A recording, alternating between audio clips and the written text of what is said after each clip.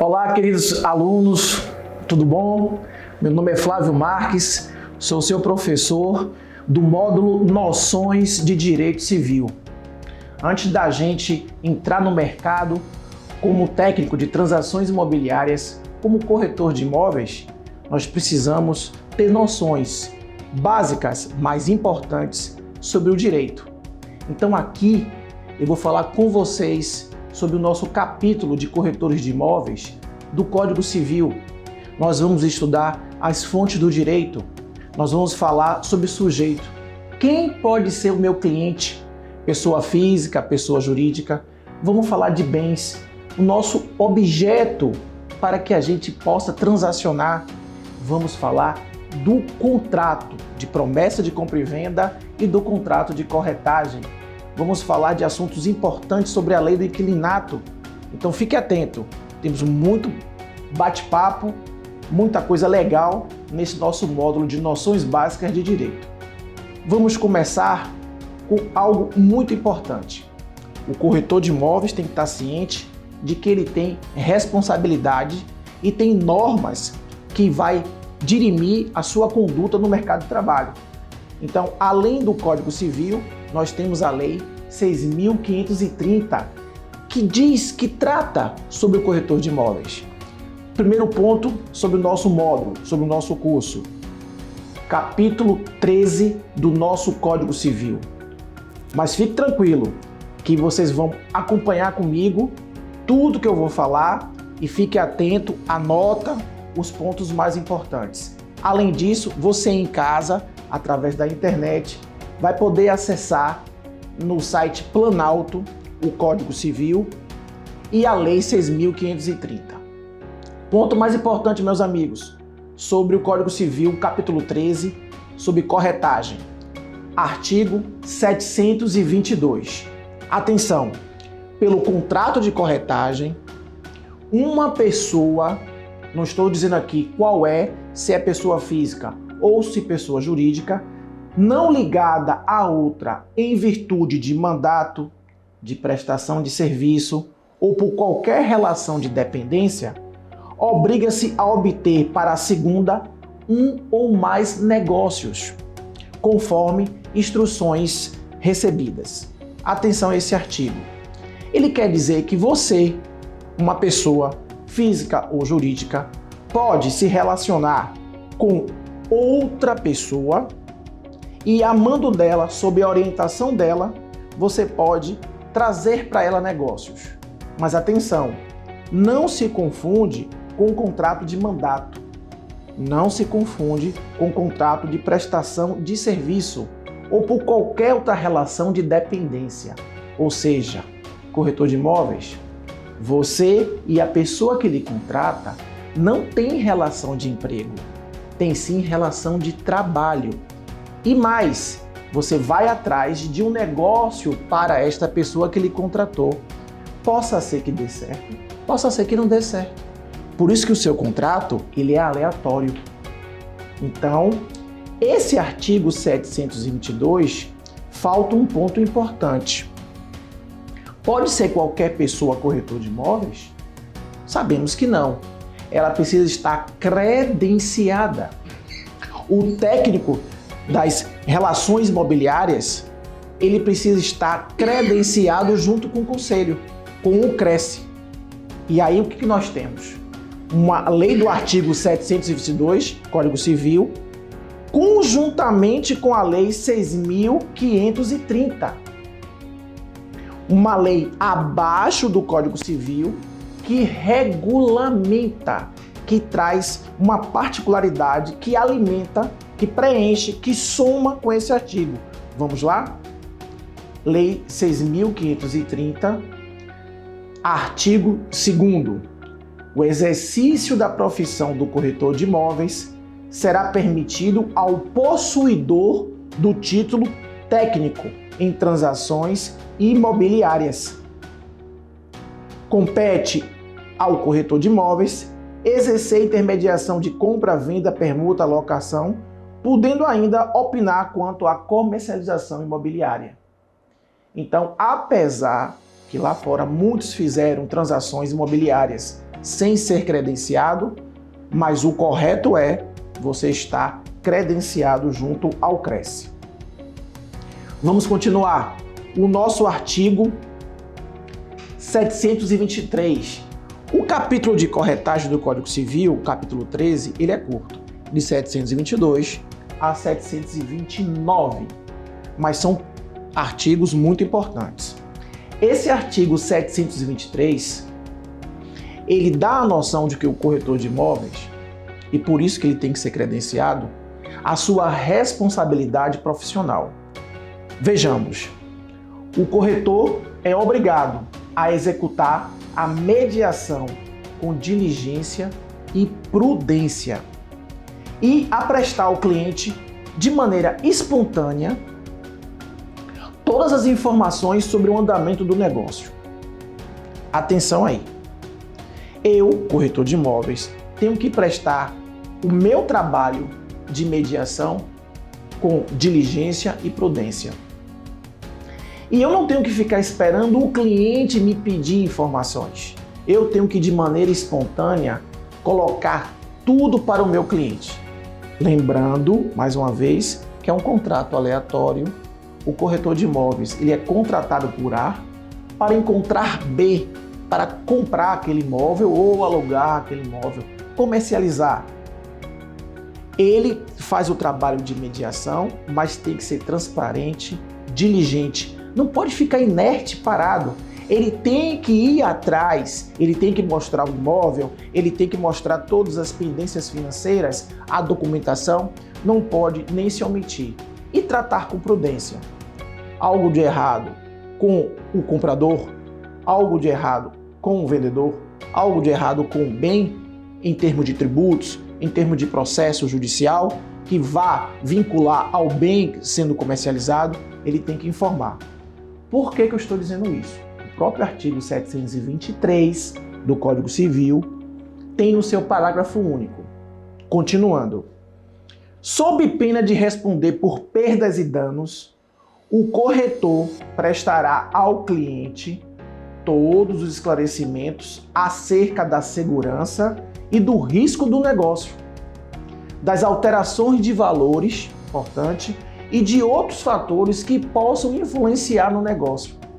E mais um detalhe, a prestação de informações de um verdadeiro corretor de imóveis, não só para o cliente que por ele foi contratado, e sim para o comprador. Eu tenho que ser diligente, eu tenho que ser prestativo, eu tenho que ser prudente, tanto para o vendedor como para o comprador. A exemplo da promessa de compra e venda. Continuando, tudo isso no Código Civil, gente. Então existem artigos que vão iluminar o caminho do corretor de imóveis, lembrando que não é só o Código Civil, mas também a Lei 6.530, que vai discorrer sobre o conselho, vai discorrer sobre o corretor de imóveis, pessoa jurídica e pessoa física. Artigo 724. A remuneração do corretor. Se não estiver fixada em lei, nem ajustada entre as partes, será arbitrada segundo a natureza do negócio ou de usos locais. Existem cidades que podem estar diferenciadas na porcentagem do corretor de imóveis. Cidades que cobram 5%, 6%, 7%.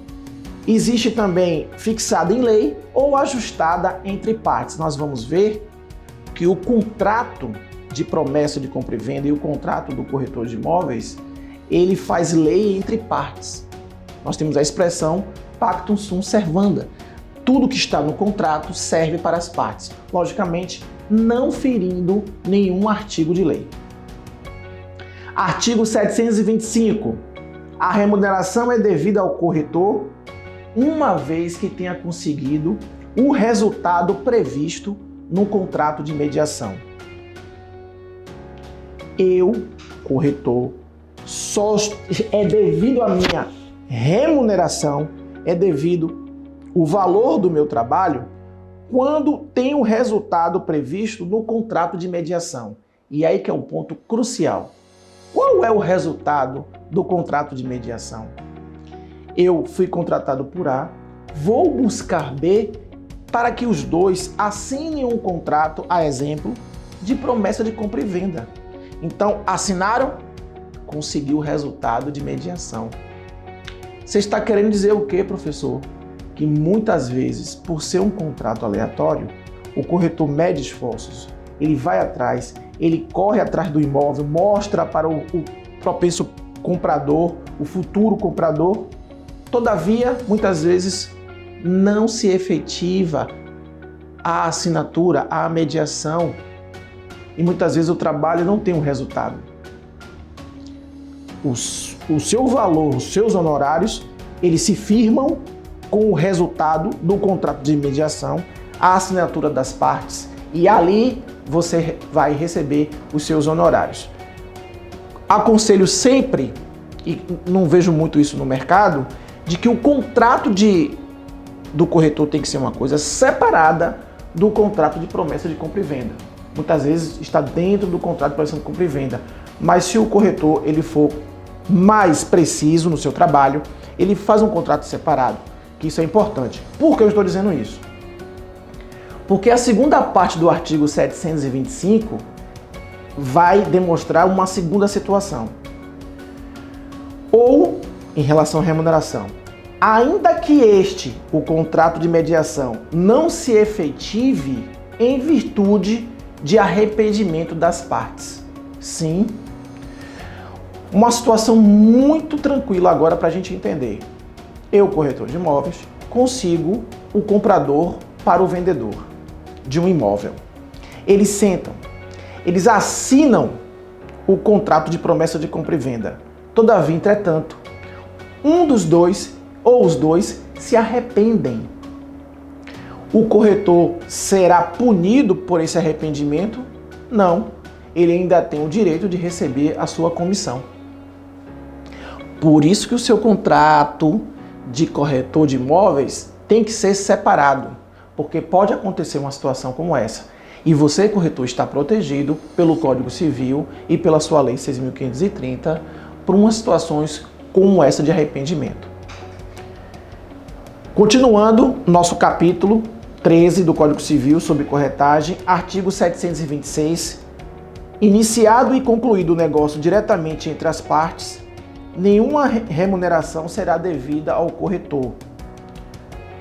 Iniciada e concluída entre as partes sem a participação do corretor de imóveis. Lógico, se você não foi diligente, se você não foi efetivo no negócio, não exerceu nenhuma influência para que esse contrato de mediação se efetivasse, não há razão de ser devida a sua remuneração. Mas se por escrito for ajustada uma corretagem por exclusividade, terá o corretor sim direito à remuneração, ainda que realizado o seu negócio sem a sua mediação, salvo se comprovada uma total inércia do corretor. Aí realmente, mesmo sendo exclusivo, há de se ponderar não ser devida a sua remuneração. Tá bom? Artigo 727. Se por não haver prazo determinado, o dono do negócio dispensar o corretor e o negócio se realizar posteriormente, como fruto da sua mediação, a corretagem será devida. Eu tenho um contrato de corretagem de prazo determinado ou fui dispensado da corretagem, todavia, entretanto, o negócio se efetivou depois por conta da minha mediação. Se não houvesse a minha mediação, não seria assim realizado. Então, é devido sim a remuneração ao corretor. Esses detalhes todos são como uma proteção para você, corretor de imóveis, em relação ao mercado de trabalho e os seus clientes. Por isso que é importante que no contrato de corretagem esteja sempre pontuando esses seus direitos e deveres sobre o contrato que vai assinar com o cliente. Artigo 728. Se o negócio se concluir com a intermediação de mais de um corretor, a remuneração será paga a todos em partes iguais, salvo ajuste em contrário. Isso está claro, não tem nenhum problema. E por fim, o nosso artigo 729, Os preceitos sobre corretagem constante desse código não exclui a aplicação de outras normas. O que ele quer dizer, minha gente? Só para a gente ter uma ideia do direito. Nós temos a Constituição Federal, nós temos o Código Civil. Olha o que o corretor tem que seguir, hein? E abaixo do Código Civil, você tem a sua Lei 6.530. E sobre o seu negócio, você tem diversas leis. Você tem do inquilinato, tem de registros públicos, tudo que envolve o seu negócio. Então, numa escala hierárquica, Constituição Federal, Código Civil e leis esparsas. Aí, no seu caso, Lei de Corretagem 6.530. Tá bom? Uma não exclui a outra, tá certo?